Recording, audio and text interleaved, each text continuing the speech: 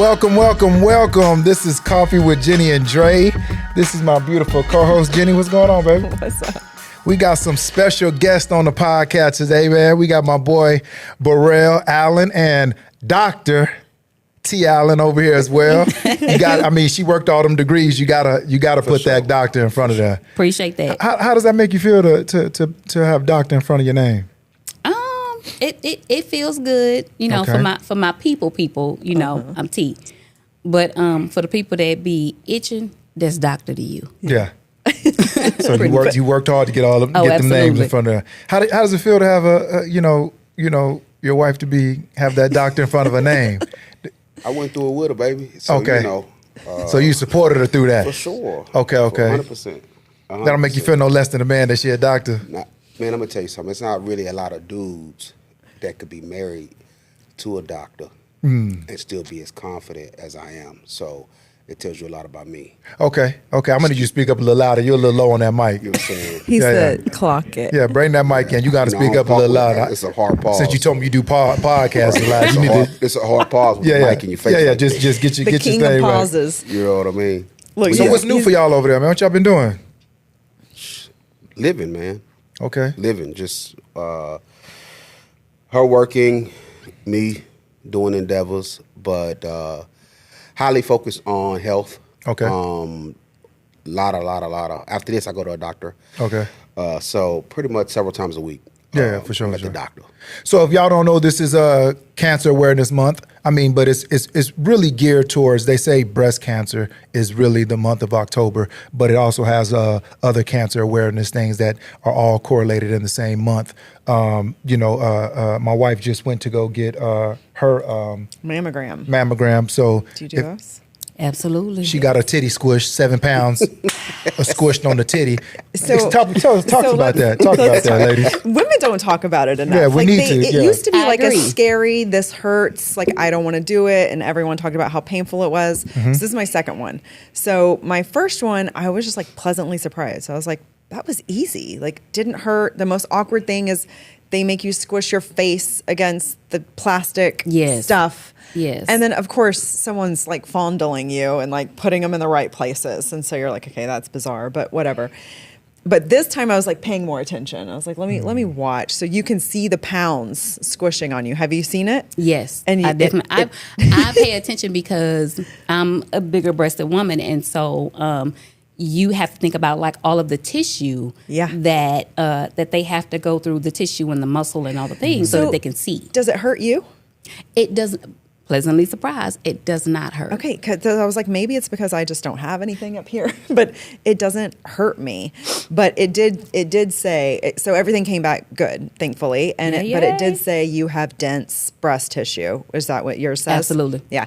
But my aunt says the same thing because I asked her this week and I was like, but my mom is just one that doesn't go to the doctor. She says that she's gone, but I'd be willing to bet she's making that up so that we won't tell her to go. So I'm wondering if majority of women. What's the age range where women need to go get their breast checked? They say starting at 40, unless you have cancer running through your family history, correct? Yes, breast and cancer. I started at. I actually started at 38, 39. Okay. Because we thought we found a lump.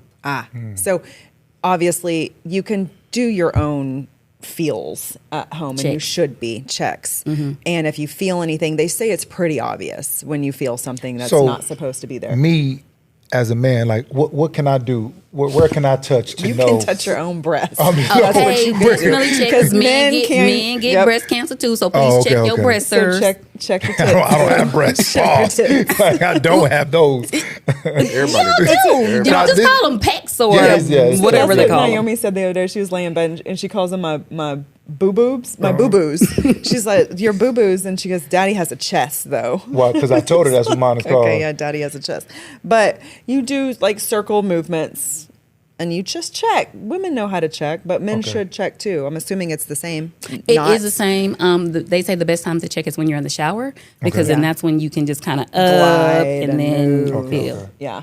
But I was watching the machine, and the machine will tell you how many pounds is coming down on you, and it was right at 7 pounds that squishes in there. So for people with breast implants, that I feel like that might be painful.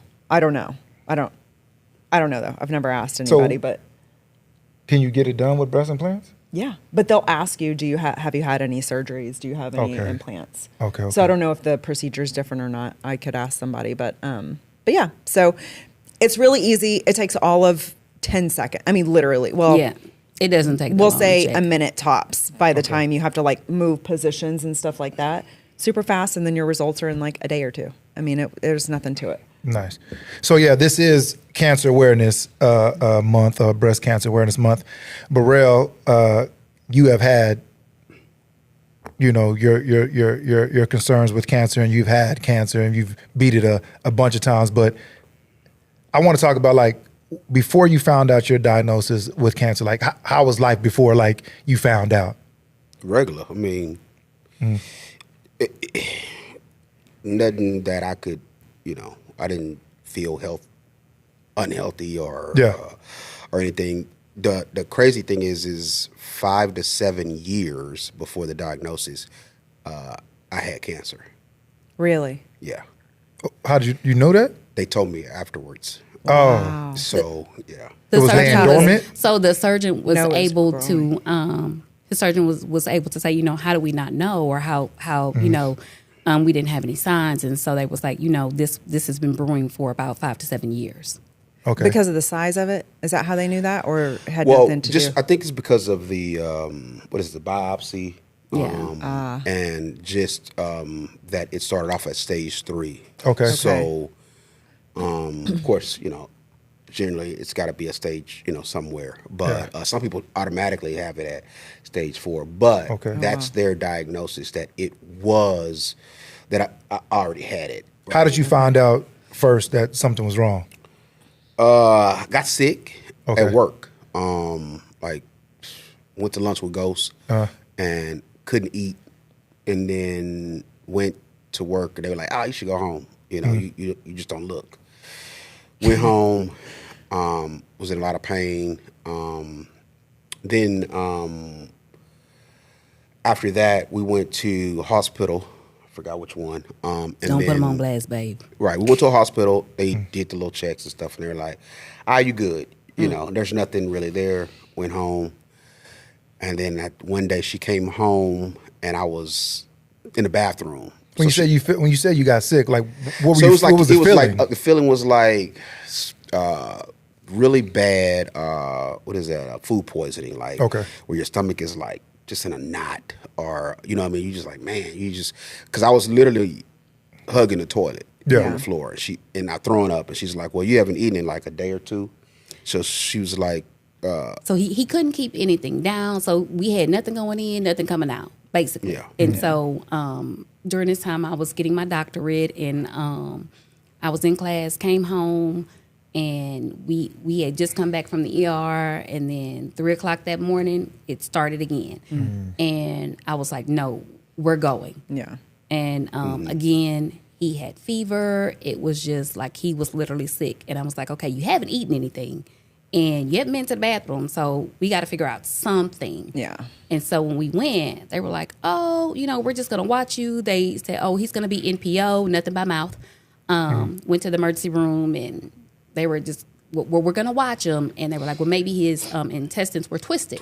Yeah. And so we went with that theory, and then... in which when they're how twisted... does one's intestines get twisted? They run a scan when you're in the ER. So they said, okay, well, we're going to keep you, because naturally sometimes they'll untwist. Yeah. After a couple days, they were like, all right, we're just going to go in and undo it. But when they went in microscopically, they ran into something, which was a tumor. Okay.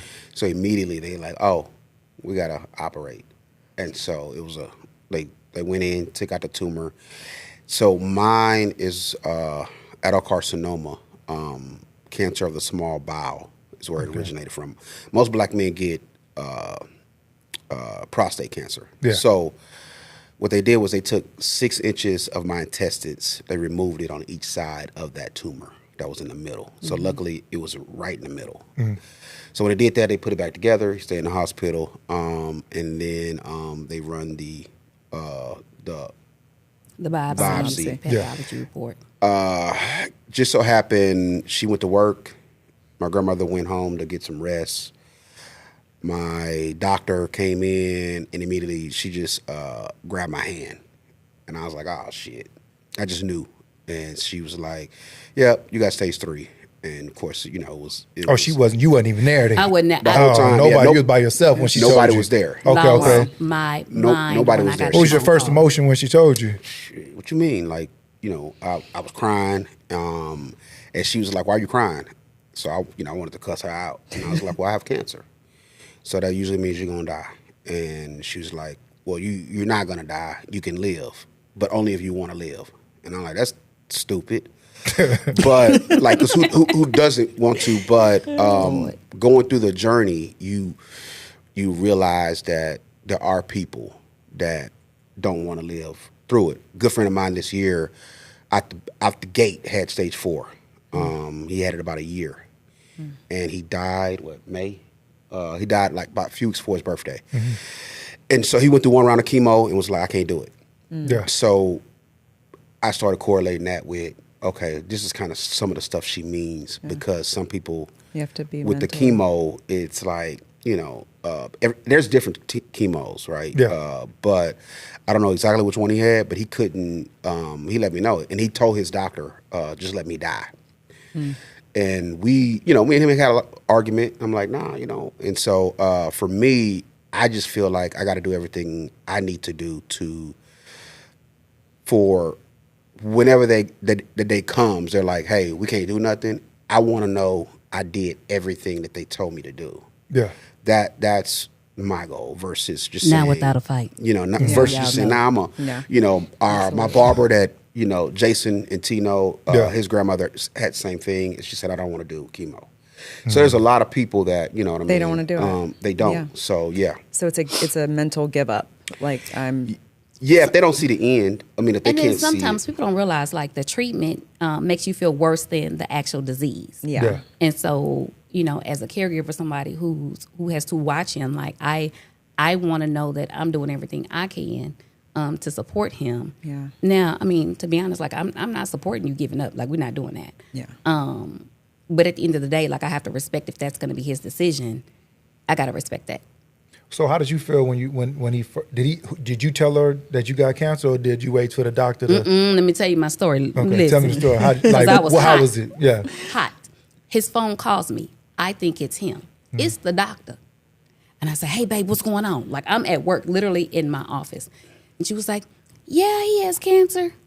Just like that? Nonchalant. What? Because I'm thinking it's him. His phone calls me. It's my husband. Hey, babe, what's going on? You found out anything? Yeah, he has cancer. I almost lost my sugar honey iced tea when I tell you I was hot. I let out the worst scream ever. Yeah. I was in the front office, in my office. At the time, I was an administrator. People come running, and it was like I couldn't function, y'all. And so I'm like, I said, lady, who are you and why are you on my husband's phone? Like, literally to her. Yeah. I'm screaming to the top of my lungs. And I was like, where's my husband? He's right here. He's fine. So the people come in. I literally had the registrar. She was like, listen, you can't drive in this condition. Like we had somebody drive me in my car, follow her so she could get a ride back to work. That's how bad it was. Yeah. And so, and let me just say, I appreciate y'all for that. It was just my first thought when getting to him was, all I know is that my husband has cancer. I don't know any details. I don't know the specifics. Like, where is she? And please have the police present when she come in here, because I'm about to let her have it. Yeah. Because I'm thinking it's him. You don't tell someone, oh, he has cancer. Like, just like that. Yeah. Yes. Now, in her defense, let me say this. When first meeting her, we thought her bedside manner was horrible because of the way we were told. Yeah.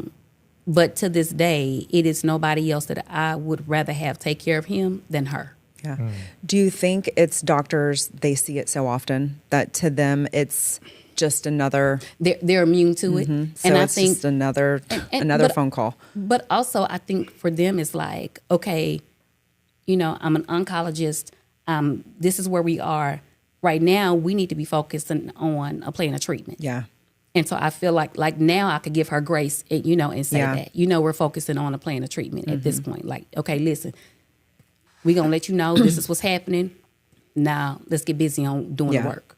Yeah. I've had a doctor totally separate, but with one of the miscarriages that was just very cold. Like, this is what it is. Basically get over it and move on. And I just remember being like, wow, like your bedside manner was crazy. Like you had no sympathy, no empathy for anything that I'm going through. And I was there by myself that time but yeah, just one of those things where I just don't know if they're so used to it, they're so immune to it, or they're just back to business. Like, this is what we have to do now. Yeah, like, let's get busy with the work. They see a lot of, I think they see a lot of patients, right? When I'm there, was it last Friday? So you're in there, you go, and literally, I don't know how many rooms there is, but I can hear her through the door going from one room to the next, which to me, that's a cancer patient, right? Yeah. And it's like, and then you could hear, okay, is she coming to me next? Whatever. So I think in that regard, my doctor sees a lot of patients. So I think that also can come into it, like you're saying. I don't think all of them intend to be, it's almost like, your job when you get complaints, right? We get a lot. But for her, generally, she's probably, I have a lot of doctors. The best doctor I've ever had. Dr. Una Christian, Texas Oncology is the best, hands down. Yeah. So tell me this. So you were at stage 3 cancer? Yeah. And what was you had a tumor in your intestines? Yeah. Okay. That was the first cancer that you had? Yeah. How long did it take you before that went to remission, like when you beat that one?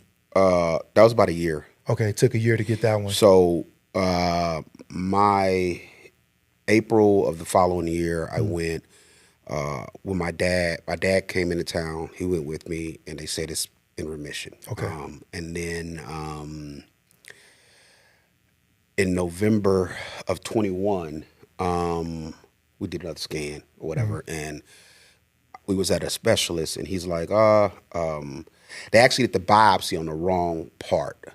Yeah. So they said it's a negative. So we were like, oh, man. And then he's like, nah, it's not. Whatever they were seeing grew too aggressively. Mm-hmm. So, it had doubled in size in 2 weeks. And so... And this is a different spot. Yes. Okay. This was in the liver. But at this point, you were getting scans pretty regularly. You have to. Just so that if something were to be aggressive. So what happened on that was one of the doctors was like, it was a little bitty dot. I don't know if you remember. And they were like, we see this dot, but it's so small that it would be, I forgot the term they used. We would do it, but we just don't know if you need to do it. So I opted not to. And this was on your liver?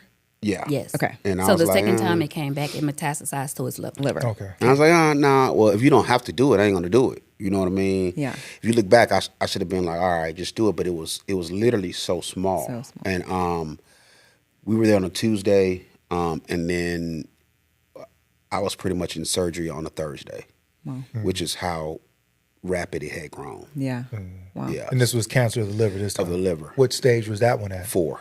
Okay. Anytime you have cancer and it metastasizes, it's automatically stage 4. Okay. So they took a third of my liver out at that time, and then I got released probably the end of the day, Christmas Eve. Of that year. Not without a fight, just so y'all know. Yeah. That was my thing. Yeah. It was just like, hey, all I want to do, I don't for Christmas just to be at home and not be, in a hospital bed. And so that's how that was. Yeah. So exactly about 2 years to the day almost. That was your second diagnosis. Yeah. And that one went into remission when? Probably maybe a year or so later. Maybe. Yeah, and so 8 to 12 months later. Yeah, but what happens is by you getting these tests, it's essentially the cancer is always in you. Yeah. Right? And that's why they say the first 5 years of a diagnosis is like if they say, hey, you're in remission, they watch you heavily for the first 5 years. Okay.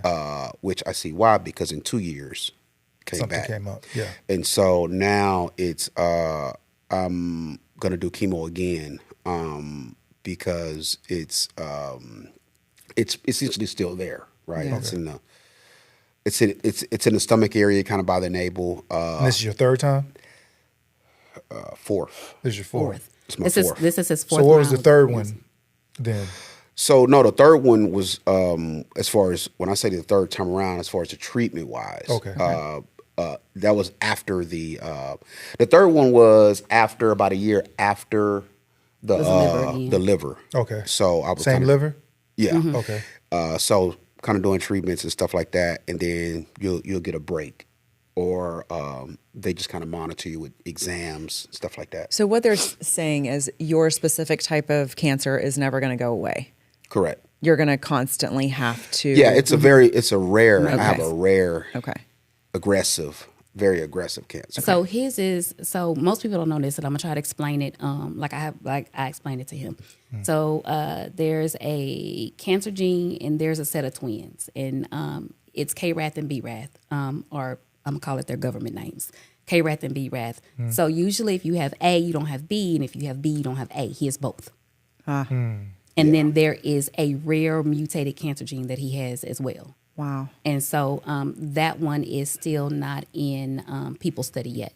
So there is not a cure for it or a treatment. Let me say treatment for it yet. Yeah, and that's what I did recently. Okay. So when we did a trial, because I have those two types, like literally they put me in a trial within 2 days. Because generally you're only going to have one type. You're only going to have you got one. And that trial, which is still what they call a targeted treatment. So that didn't work. What it did stabilize the cancer. But I had a lot of side effects, like showing up at work, face looking like a pizza.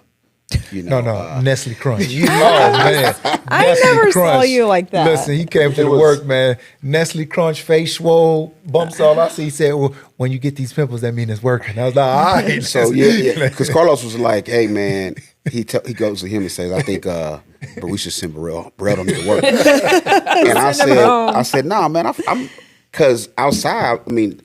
Looking at me, it looked, and I took a few pictures, face puffy, whatever.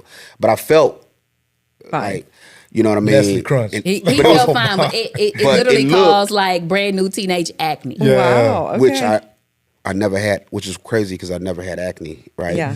So chest, back, face, head. I had to shave my head, clean shaven. I had to go to a dermatologist.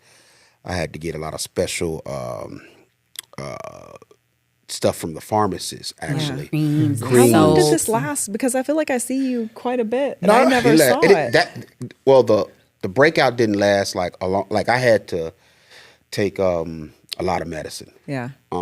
And so I don't. It was like an antibiotic. I will say that time that we saw you at Dairy Queen for something when you were in the little the little car, the little rental car, yeah. and I do remember because I was like, his face is puffier than what I'm used to seeing. It was that was probably on the downside, going Oh down. yeah, definitely on the downside. If you could see his eyes, it was on the downside. Okay, then So tell me, what's all the treatment have you been through? Like, what's all the treatment? Like, where to start? Started with chemo. Now? Okay. Started with chemo. No radiation, right? Yeah. You done radiation, okay? 'Cause that's after chemo, I did radiation for a month. Then after radiation, chemo again. Then I did chemo for the third time, and then I actually started doing chemo. Actually, really for the fourth time, but in the middle of that, we stopped to do the trial. Okay. That's what we did earlier this year. So this year, maybe March, April, we stopped. Yeah. May 1st was my first day of starting the targeted trial, which was what caused like side effects and everything. Yeah. We did that for about 3 months. That was around the time where you had an event. I was going to work, and like literally on the way to the doctor, I threw up all over myself, the car, everything, because I couldn't even. I'm on the freeway. Yeah. I couldn't pull over. When I got there, then they made me walk across the street to the hospital to check into the hospital because pressure was elevated. They didn't know why I was vomiting and stuff like that. So that was kind of in that. So now we're about to start chemo again. So somewhere between next week, I'll get another CT scan. We already did a biopsy 2 weeks ago. Get a CT scan. I'll start chemo here, and then we'll see if I'm going to go to MD Anderson for treatments and another trial. Okay. Have you been there yet, MD Anderson? No. So my doctor works with MD Anderson. So they have all my... I've heard just amazing things about They MD have the Anderson. biopsies and everything. The reason why I never went is because initially she was working with them and gave them everything that she was going to put me on. Yeah. And it was the exact same thing they were putting me on. do. Okay. So they said, you don't need to go. Yeah. Okay. Tell me this. I got a question real quick. Okay. So the trial did what it was supposed to do? No. Or no? So the trial technically it kept it at bay. Yeah. It didn't grow, but it didn't also minimize it either. Got it. And so really the benefits were not outweighing us going to side the effects. trial. Yeah. The side Okay. effects. Yeah. And the reason why we stopped the trial, because not only were one of the side effects the breakout, it was also it started affecting my heart. So it reduced the functions to 45%. Wow.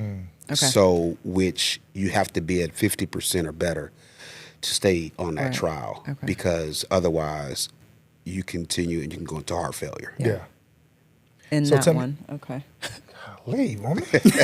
Get off that one. For sure. So going through all this treatment and stuff, how did it affect your body and lifestyle? Like, what was the changes you were seeing? Like, and I know you and lifestyle. Like, what was going on? Through all that? Man, you really chemo. You're tired. Because chemo is not a targeted treatment. It's killing everything in the body. Yeah. So how they explained it is it essentially y'all recently, your daughter's of age now, but it drops your immune system to the functions of a baby. So you're tired, and then so for me, the lifestyle, I used to say on a week, off a week, because how the schedule is you go like on a Monday, you're probably there 8 hours. Then you leave with a pump. I've showed you the pump before it works. So you leave, that pump has chemo. So then 46 hours exactly later, you have to be back at the doctor so they can disconnect the pump and then flush it, do all of that. And then so the rest of that week and then the next week, you live like you're normal. Yeah. In a sense. But then you back that Monday Doing it again. To do it again. So are you sick though right afterwards? Or You're not sick right afterwards. What happens is it takes usually about 48 hours. 48 hours, it hits you, right? Yeah. And so, like, if you're going to do something, so what I would do is when I would leave chemo, I would do all my stuff, whatever, run errands, whatever. Yeah. Or I could be like, all right, man, I'm going to work, whatever, right? But then Around that Thursday, Thursday, is when I Friday, see- you're crazy tired. Yeah. he's beat. Yeah, so That you Thursday. really you don't have a lot of energy, and then depending on the treatment, there was one where within that week you can't eat anything cold, you can't drink even room temperatured water. I would go to the refrigerator with gloves on. You couldn't because it felt like 1,000 needles. So that first one, the first chemo treatment he had gave him Like neuropathy, Severe neuropathy. Yeah. severe neuropathy in his feet, his It's hands. just tingling, like pricks. Yeah, feet and hands, essentially. But if you drank something cold or ate something cold, it'll be in your throat. Like you, Really? It's like, and they tell you it's only going to happen to you one time because you'll never let it happen again because it's that painful. It's like cuts in your throat, and you really immediately you either gonna spit up the water or whatever you're drinking and stop because you can't. Yeah. So it really almost has to be warm water, warm whatever liquid you're drinking. Yeah. Interesting. So on the emotional side of things, seeing yourself physically change, how was that for you?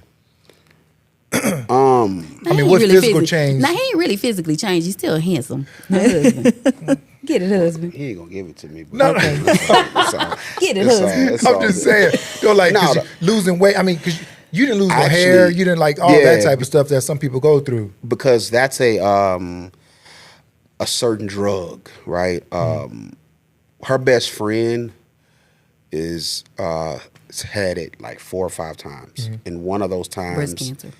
She lost her hair. Okay. I didn't. I wasn't just on that particular drug to do it. Actually, I gained weight during the time, right? Drove them nuts. And so because it's like so many limitations. Yeah. It's like, okay, they don't want you to do this, they don't want you to do that.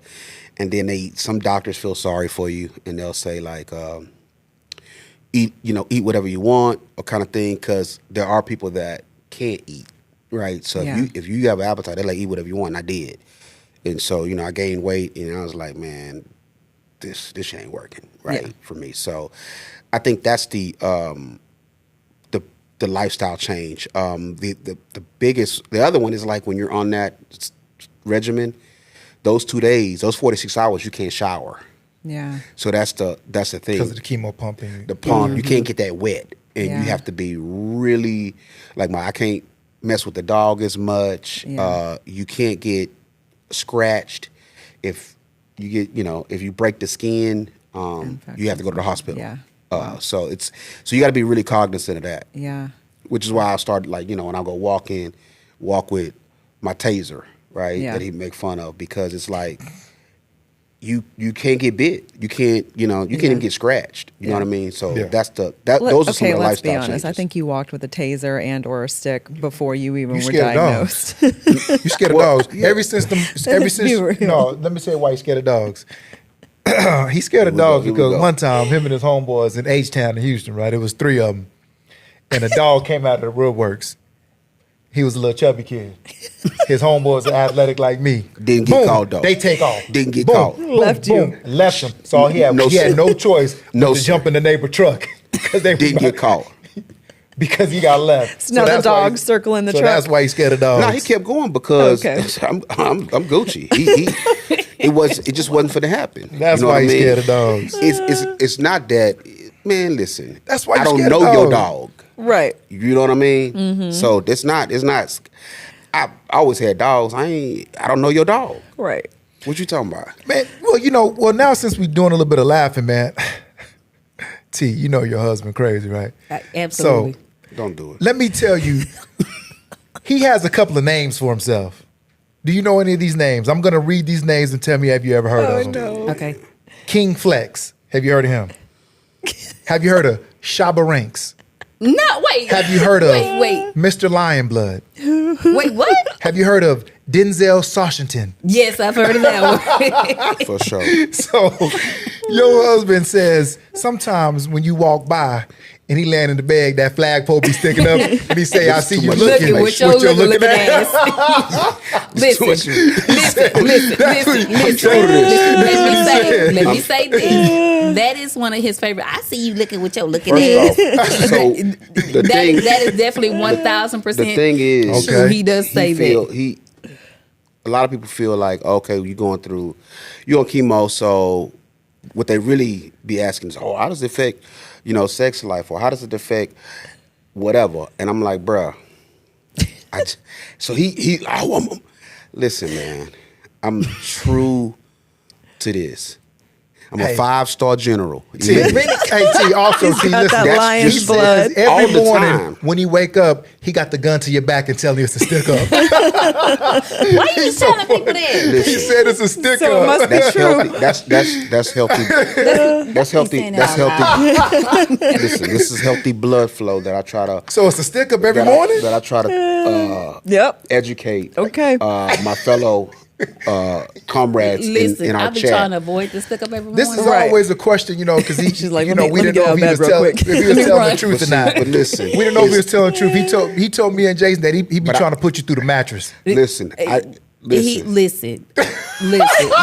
True to this. You hear me? He is not certified. One thing I pumper. can say. That You understand? hey, No. relax. Get your mind right. Just being honest. Listen, This is just what it is. Don't be putting people's business in the street like that. No. But see, because I told him a long time ago, I've never lied to you, right? And I tell these dudes, good or bad, I'm gonna tell you, get checked. Stay on your health game. This is true. He definitely has done that. They avoid that. And then, but I also know, just because I talk to a lot of people, there's a lot of dudes, black dudes our age, I'm going to use the proper term, penis and flatlined on them. That is not a proper term. No, I was gonna that say is big, proper. But I mean, That's it's the proper flat term. line, right? So That's they not have proper. They have I to don't do. think so. I'm at the It's look know, that up. they have It's to called do- erection Erectile Well, it could be- dysfunction. There well, you but go. Nah, could but be- penis flatline is better though. all of that. And they do gas station pills. They do, Right. which also affects heart. So I tell him, and he like, whatever. But I'm like, listen, if you go to the doctor, your urologist, to everybody out there, they're gonna ask you, are you semi-erect all the time? And I looked at him like, no, but I ain't got no problem at first. And he's like, you have to be. And I'm like, so we talk about this at work. They like, whatever. So then they want to play these games. But here's the deal. I've That's heard on about y'all. this. Listen, That's man. on y'all. No. Y'all don't even know. He his No, that's on urologist, y'all. whoever that guy is.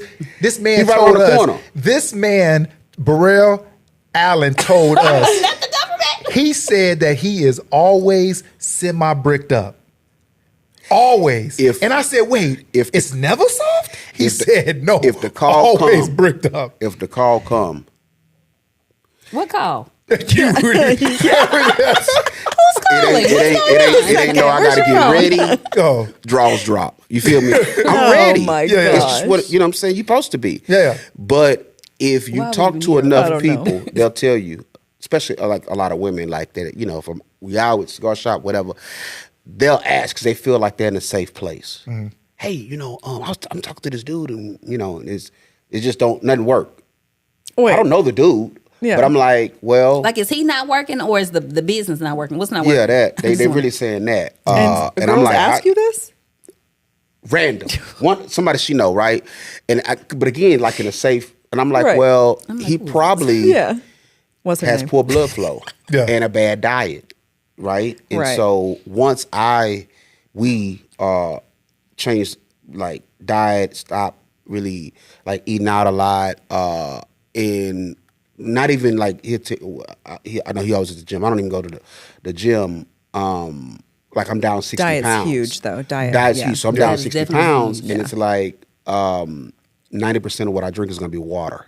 We have our coffee, but it's going to be water. Right. And then, but again, with a Whoa, lot of the whoa. stuff- You just lied. What is it? I do have coffee. You know what's in this trunk? A bunch of Coke Zeros. So here's what Oh, yeah. Did you know that? No, wait, Did no, you it ain't know a bunch. that? I got 2 Coke Zeros, and they the 8-ounce cans. Okay. So here's the They're change. Left. Two Two left. left. No. She buys them. Here's what it is. Because over time, you tired. I'm like, man, that's all I'm Just drinking. something Shit, else. Just a little bit of something She else. got to throw yes. out juice at the house. Yeah. That's Yeah, how bad it is. so- We Yeah. waste money on juice. This is definitely true because I'm not a big juice drinker at all. Yeah. When we look at the thing, it's like I ain't even drinking it because it's it's water, going and we bad. buy so Yeah. much water. Yeah. So yeah, I'll do. So you know why I carry the Coke Zeros? So if I'm having a cigar or something like that, I barely drink anymore. So for me to give me a different option That definitely has changed than since. than water, I need some with no sugar. Yeah. Or whatever. Yeah. Or it's probably, you know what I'm saying? So I'll do that. And I don't even care no more that if they say whatever, but it's just like, that's what it is. So he's seen like But two. that's a better option, I guess, than a Coke. I mean, it's a Coke Zero. He's watching the sugar, right? I mean, Is that what it's- Coke Zero mean? No sugar?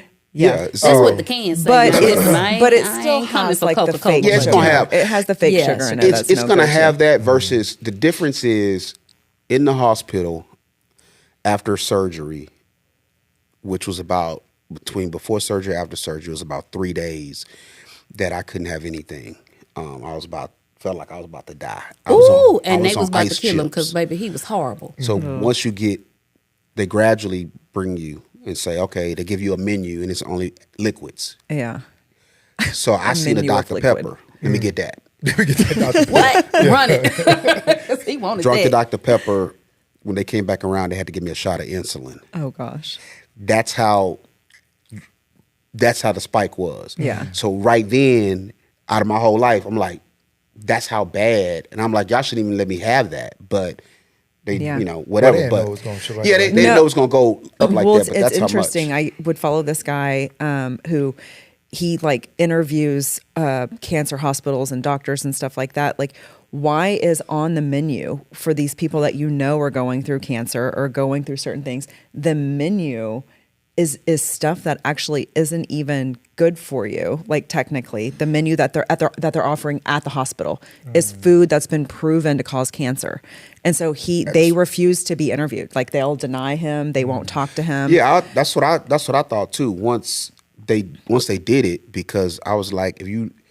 Because they do 3-4 hour checks every time they come around, and I'd be like, I hate to see them coming, because if your levels are off, what they got to do is give you insulin. They give you this one shot every day that hurts like hell, so you don't get blood clots in your leg, right? But they have to stick it in your stomach. Like a blood thinner. Yeah, and I'm with you, because they give you apple juice, they give you. All popsicles, this stuff that whatever. shouldn't But be good.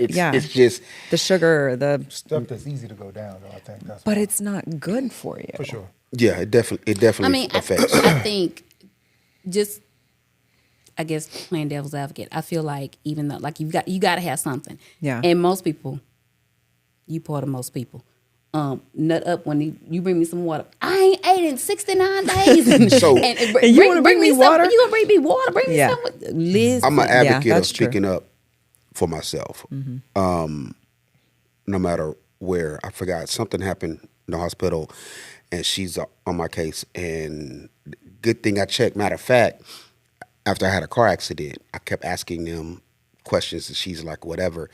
Well, just to come to find out, the very next day, it was a test that they were going to run me through the machine. I was supposed to do that the next day at my oncologist, and they said you can't do it because the contrast that they put in your system is very hard on your kidneys, so you have to wait a week. Had I not asked, all I kept saying was, "Man, am I going to be out tonight? Because tomorrow I got to be." Well, they would have ran it again, and now I'm facing something else. So I'm always an advocate of, like, it comes off as complaining, but like, no, like, let me ask you this question, let me ask you this, let me do this, because the nurses see everybody. Yeah. And they don't, like you said, part of the bedside, they just like, let me get in. We've complained about certain people, but it's just what it is. You know what I'm saying? So I definitely would let everybody know to ask the questions so you can avoid. You do need to ask. T, question for you. So tell me this, how do you feel your marriage has changed from before you had cancer to now having cancer? Because the caregiving side is way different now than when it was when he never knew he had cancer. Oh, you definitely have to be understanding, because and you really have to be mindful that, or let me speak for me. I had to be mindful that when he was upset, it wasn't technically at me. Although people don't realize that the caregiver is the first person to get it. Baby, they lowers the boom on you. They don't, and they don't mean to. Yeah. It's just that, like, he has 99 things going through his mind about, and I had to be accepting and a little bit more lenient and, giving him grace, really. Yeah. Because a lot of times he'd be like, man, da-da-da. And I'm like, I'll take you out myself, Jesus. Mm-hmm. But not realizing that, if it's just as hard for me as being his caregiver, as his supporter, it's a million times harder on him going through it. Yeah. And, yes, we're both experiencing the same unknown, but you definitely have to give them grace. And just know that, they're not taking it out on you per se. It's just really the situation or, that moment you're in. Yeah. And so now he be going off and all things. And I'm like, okay. Do you feel like it's put a strain on your marriage? No, I think initially, yes. Because, baby, I was about to leave him and his doctor at the place. I'm just being honest. And in at first, like I had to call his grandmother, baby, with a T, I need you down here because your grandson is cutting the fool, and I ain't got time because he about to be here. And y'all know I called y'all all the time. Mm-hmm. You don't really trust so much because you left him. I left him. Yes, because that night, the first night we went, and I was like, "Hey, yo, I need you to go watch him." Yes, you did. Watch me where? You left him in the hospital because I needed you to watch him so he wouldn't check himself out because that's what he was trying to do. I left you in the hospital? I don't know that. I don't remember that. No, that wasn't me. Yes. Well, it was probably visitors or something. No. You should have told me. No. No, I didn't leave. I don't think I left. Nope. Let me tell you what happened. So the night did he check himself out? Nah. Thank God he didn't. Oh yeah, then I wasn't gonna check myself out. I said, I think I talked to him. Nope. Pause. So the night it happened, I called you and you was like, I think I called you and I heard Jenni say it was like, it's T. And I was like, hey, we in the hospital with Burrell. I gotta go to class. I can't miss. This is when we thought his intestines was twisted. This is when we first started going through it. And I was like, yo, I need you to watch him because he's trying to check himself out. Okay. That's when the whole I did go to the hospital. I remember that. Yeah, I thought me, James, and You- a couple of That was after the That was surgery. Oh, it was after surgery. Everybody But came. you were supposed to stay. the first one I went up there first. Yes. Okay, I was the first. Yeah, Yes, yeah. he was supposed to stay because he kept trying to check himself out. I was like, yo, I need you to watch him. I said, until I get out of class. This is when I talk about he's not the best patient ever. Now, let me say, he's gotten a whole lot better. Let me just... That means I did my job. I talked to him, was like, hey, you ain't checking Really? yourself out. Is that what you told him? Yeah. You can't even remember. Well, yeah, because I know he didn't check himself out because I said, listen, player, we not doing all that. Well, okay, but then Yeah, I did my part, yeah. somebody should have been giving me the details of the Yeah, I did conversation that. I because I told was hot. I was like, I was upset. I get up there, nobody's up there. Anywho, I'm not a bad patient. It's if you've been to the doctor in the hospitals, like I know I my said way originally. around. I know my way around the I said originally. hospitals, right? Yeah. 'Cause I'm, I remember this. I remember you telling me he was trying to leave. I remember this. You were trying to walk out with a naked butt and everything, just with your gown on, just gonna walk out. Just gown. And I was like, yo, I just need y'all to watch him. I called everybody. Let me say, you did pick up the phone, so I definitely always appreciate that. pick up that phone when you call. I appreciate that. Let me just say no that. games. Listen, I dialed everybody that I had the number to. Like, hey, I need y'all to watch him. I cannot miss class. If I miss two classes, But you know I he's get a hit. man. I don't know. Did you use the words "stay until I get back"? Because he probably just was like, "Let me go check on him. Let me make You sure." got to be very specific with me. She knows this. You got to be give like, me directions. "Don't leave." Okay, so let me say this. I did not use the words "don't leave," but I was Yeah. like, Yeah. "Hey, I need you to watch him. I had need a you lot to of- stay with him." But I did not a lot of say people, "don't leave." you know what I'm Let me saying? say With that. him, you guys He say wasn't gonna because show up. he's So gonna it go up there and be wasn't like, "Oh, he's good. He's great. Yeah, I had- he's good. Tell me this, He's here." bro. Yeah. T as a caregiver, what do you rate her? setup question. No. it's a real question. What do No, you rate her as a she'll get caregiver? a- Like in the beginning to like now, because I know in the beginning it takes patience, it takes time. In the beginning, you give her a what? a 10, right? Damn, that high? Yeah. Oh, because she was Yeah, emotionally, it's- it was love. Yeah. And then of course, it taper off. You get What did it taper to, sir? you get cancer brain. Okay. And they so when you get cancer, what they do is you have to go to a class. And we went, and you go to a class. They tell you all the stuff. You got to do questions. You write your own questions and all of that, right? And so the big thing was they said, "Hey, cancer brain is where they forget." Where you forget. Yeah. Like, Yeah. is it temporary? Heck no. It's It's no, long and term. no. It's Okay. long term. Well, like You might as well can give long-term forget, disability for that. You forget immediate stuff, right? Okay. And so now she'll be like, "Oh, I asked," and she'll be like, "If you ask me this one more time, I already told you, whatever." But it's like I don't like to be like, "Oh, they said cancer brain." I used to say that Absolutely. to did. say, "Listen," Definitely pull the call. because the people was Give with me some grace. I was got with cancer me brain. you was with me when they told you. Yeah. This is a thing that what we've seen. And I'm like, really? So in my mind, I'm like, nah, I ain't gonna really, cause I could, I remember a lot. But then, like, even now, I could walk through I'd be like, one day I was leaving the house to going to work, forgot my chair, pissed off. because it's in the garage. But it's like, in my mind, I'm like, get the chair, when you get the chair, boom, and then you drive off. I got in the car and drove off. Yeah. I'm like, oh, shit, forgot the chair. It's you see what I'm saying? It's like that, right? Or so what do you rank her now then? 1 to 10. I mean, she's still up there. She about 9. She about a 9. He's making sure the stick up happens in the morning. Okay. He's trying to be on stick up status. Well, see, with that is when y'all been married a long time. Mm-hmm. Next month will be 10. You don't really get action like you did in the beginning. Mm. So it's advantageous for brothers to stay half bricked because you have to be ready at all times. At all times, because you never know when you're gonna get it. You never know when you'll get it again. You don't want to be like. So you got to stay ready. You don't want to be like. Is that what you're telling the people? Facts. Oh, let me get back with you. Right. Because that could be 2 days, 3 days. Right. Yeah. And now. And that's a long time.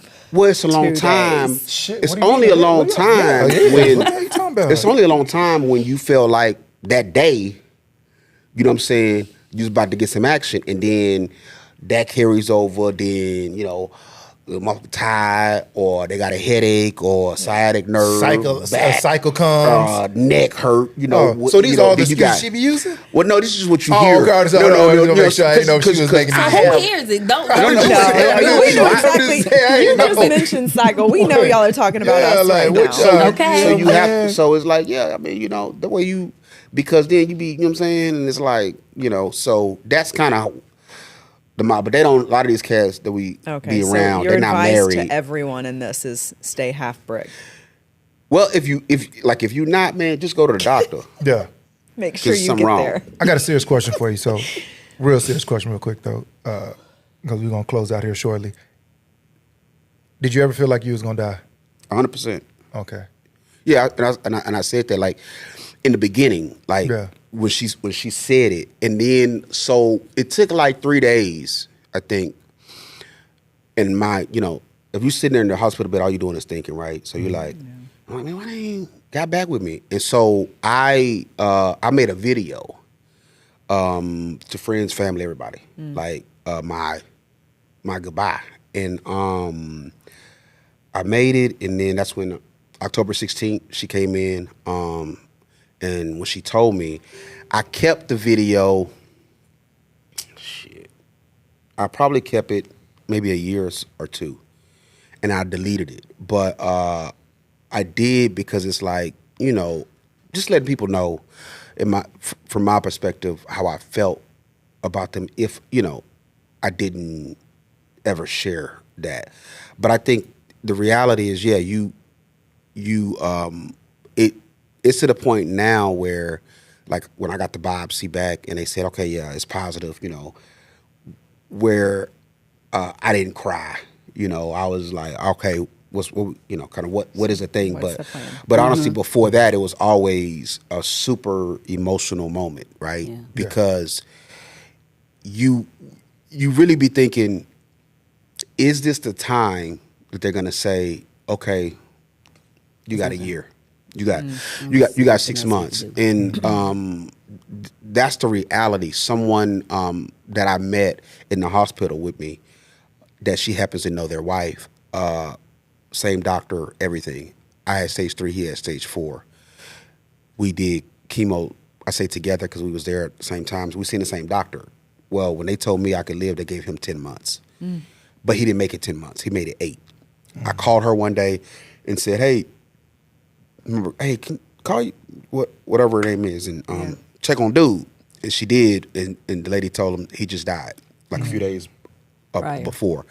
So that bothered me. Even now when I hear even a celebrity, right, when once they say, oh, this is what they died of cancer, it's like, it's just more of a realization, right, of that. So what's your diagnosis moving forward? Is it just it's continuing with scans, doing chemo, and knowing that this is potentially something that's just you're going to have to deal with forever? Yeah, it's a fact.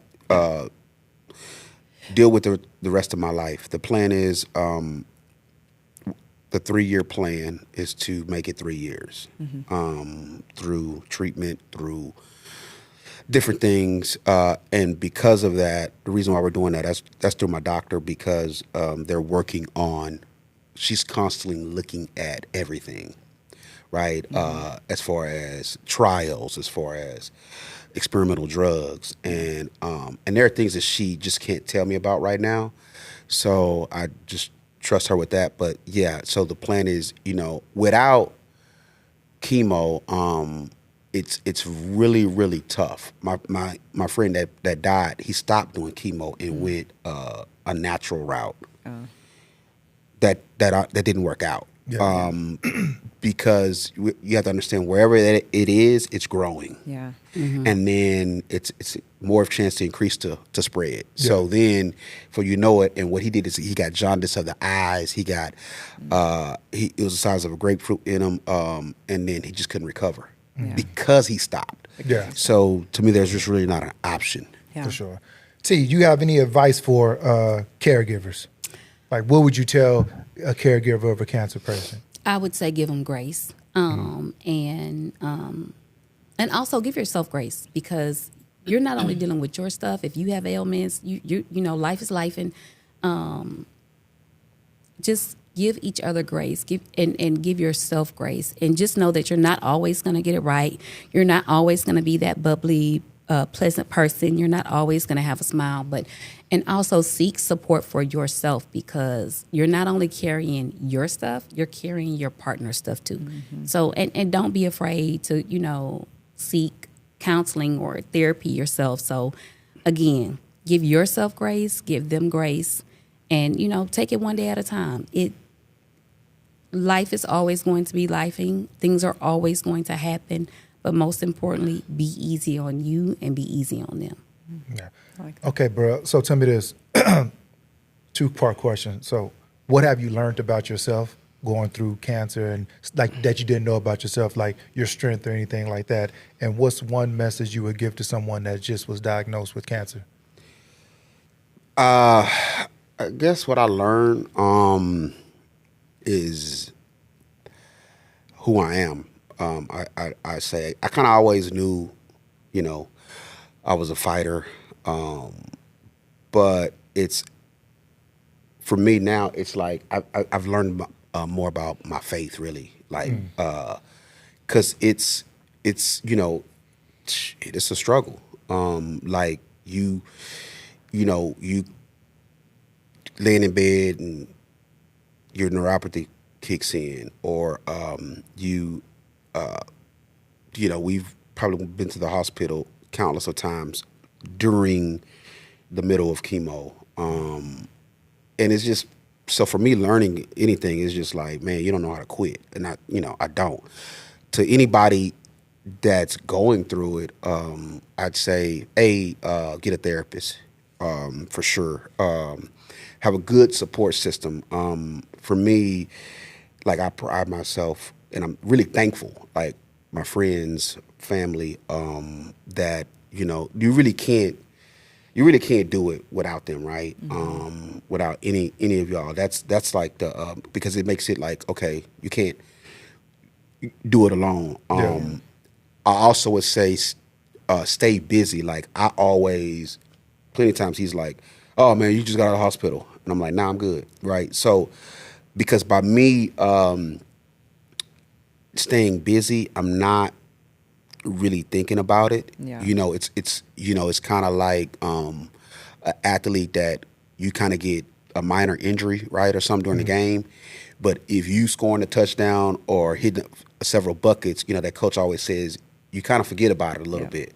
So for me, by staying busy, that helps. And I tell anybody, just stay on, like, seek out multiple options like we did, which was, all right, I got diagnosed, but we're going to go through MD Anderson. Or we're going to go to this specialist. I don't know, I'll probably have 10 doctors, right? Yeah. So, and never give up. Like, if they tell everybody that it's mental, and every doctor I was going to, I was like, man, I told her, they always saying that shit. And I'm like, but you do get to where, man, I don't even want to go to the doctor today. Yeah. So if you miss that, then just know you're missing an opportunity to find out something that could possibly help you, right? Or, you know, like for me, the biggest lesson was when I said that it was a little dot and then we said, all right, we good. It grew looking back. I don't really have a lot of regrets, but looking back, I'd have probably been like, let's do that exploratorial surgery. Yeah. But again, it is what it is. And it's been 6 years of knowing. So I would just tell anybody, man, there's a lot of people lately I've been hearing about getting diagnosed. Just keep going and reach out to someone if you can to talk to them about it. Yeah. It may not even be a therapist, just like, hey man, how, you know, like our buddy Chris was influential for me, right? Mm-hmm. Because he went to chemo with me my first time. Yeah.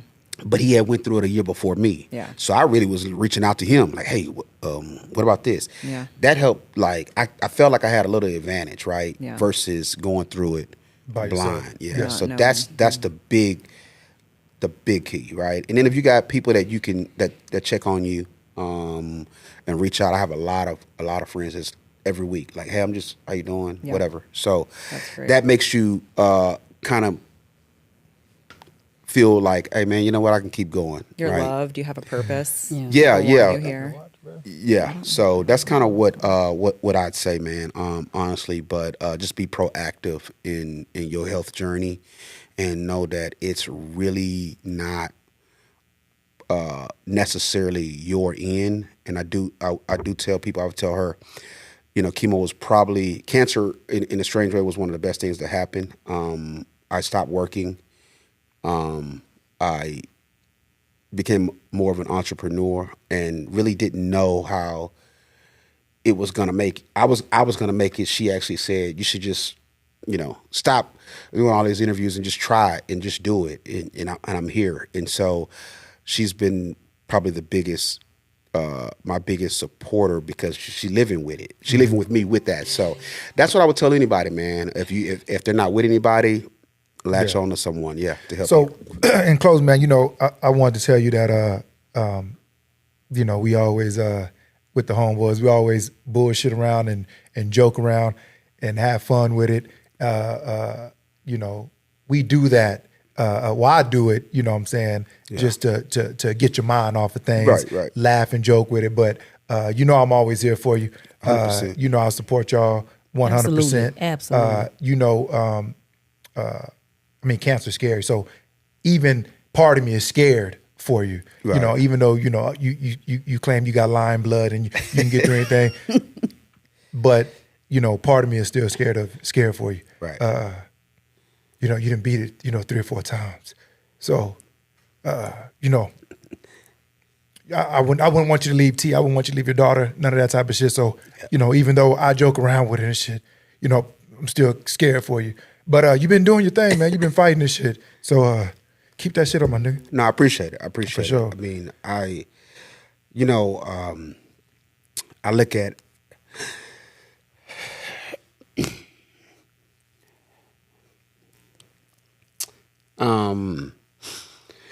for me, I think, you know, my kids are what keeps me. So I think, you know, my daughter, I have sons. So, you know, that's always a thought. And I find myself trying to leave them something that's a part of me. So the scary part is her going on without me. So I think the lucky part is I probably don't have to live without her, but she'd have to live without me. So that's kind of a unfair advantage to her, but an advantage for me. So I hate it to be that way, but at the end of the day, man, it's what it is. It's something that we face. Yeah. So with that, it's my job to do whatever I can to stay around, right? Yeah. As long as I can. So yeah, we'll that's kind of what it is, man. So I almost made it until he started being a buster. But no, I think that's what it is. I think you're forced to think about who you really care about, and how it would affect them.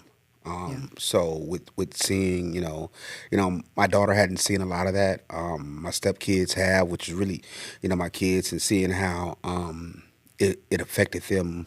And I'm not in their shoes, so I don't know how that is to be a kid, to see a guy that you look up to see him hurt, to see him going through this, and not to know, is he gonna make it, right? So for that is why I really try to push on to be strong, and to keep going, man. That's why I use a lot of terms, because it's a self-psyche thing, right? But I think once your mind starts to say you failing, or you're not gonna make it, I think you take a chance in that taking over, and I can't afford that. So that's what I'd say. Just live, and I try to live like I don't have it. Yeah, but I think because you live that way, I think we all put that off too. Like, we all are like, oh, he's good. He's gonna beat this. It's gonna be fine. Like, there's never like a time where we're like,